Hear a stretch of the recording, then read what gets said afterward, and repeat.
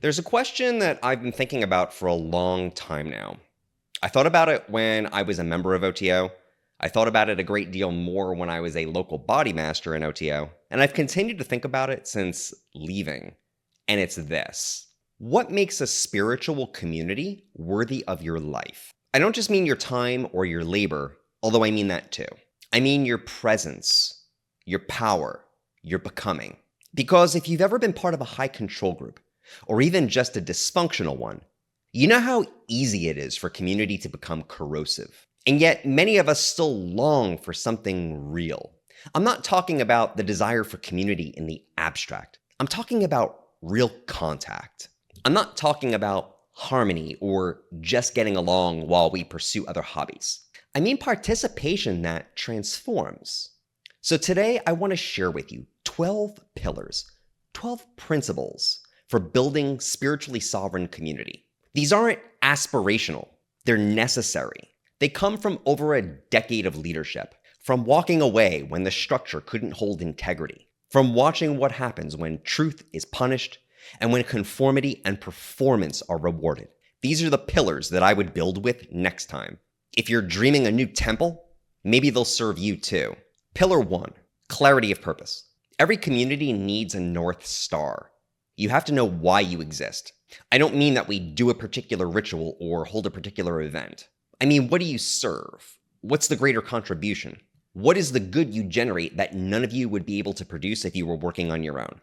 Because if you don't have that, every power struggle will masquerade as strategy. Pillar 2, service that gives back. People give up their time, their resources, and their comfort to be part of something greater. But the group has to give more than it takes. Not in status, but in soul. What does the joint work allow people to go on to do or to be that wouldn't be possible otherwise? If you don't have that, you have burnout, and you're not sustainable in the long run. Pillar 3, boundaries as sacred infrastructure. Boundaries are not just about consent. Boundaries are how authenticity survives contact. My boundary is where I end and you begin. They are what allow me to show up as the best friend, lover, group member, or citizen that I can be. If people can't say no, they can't be real.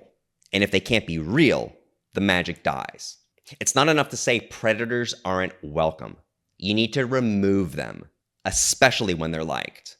And I'm not just talking about the worst, most obvious forms of harm. Don't get into the business of teaching people respect. Safety means having spine, not just slogans. Pillar 5, process over personality. Power should never be a personality contest. There need to be clear decision-making procedures in place. They should aim at transparency. They should aim at fairness. And they should be open to revision over time as you learn more. Otherwise, the whole thing becomes a pyramid of silence and charm. Pillar 6, character as a core metric. A person's character is the most important thing you can know about them. It's the best predictor of what they will do a month from now, a year from now, or 10 years from now. We sometimes mystify character, and yet we can all recognize it in retrospect. We saw the red flags, but we chose to ignore them. We felt the weird vibe, but we chose not to look more closely. Communities must get better at reading people, gut level and consciously. Teach red flags. Teach discernment. Teach people to trust what they already feel. Pillar 7, accessible, boundaried leadership. Leadership means that your door is open, not that you're a sponge. Your boundaries are porous to communication, not to chaos. It's not your job to solve every problem. It's not your job to teach people basic respect. Available doesn't mean unprotected. Pillar 8, shared responsibility for the field. The container isn't held by ritual alone. It's held by nervous systems. Co-regulation is real. You don't get clear current without clear heart. Pillar 9, rituals that reflect real values. Rituals should shape culture, not distract from it. If your oaths, your roles, and your sacred language are not aligned with what your community really believes, then you're just cosplaying integrity. Pillar 10, spiritual intensity without collapse. The point isn't comfort. The point is voltage, contact, realness. But without structure, intensity becomes manipulation. You need an architecture strong enough to hold the fire. Pillar 11, Post-initiatory sovereignty. True initiation does not make you more dependent upon the group. It makes you your own infrastructure, able to broadcast coherence without chasing legitimacy. Pillar 12, erotic contact with the real. This is the heart of it. The erotic isn't just sex.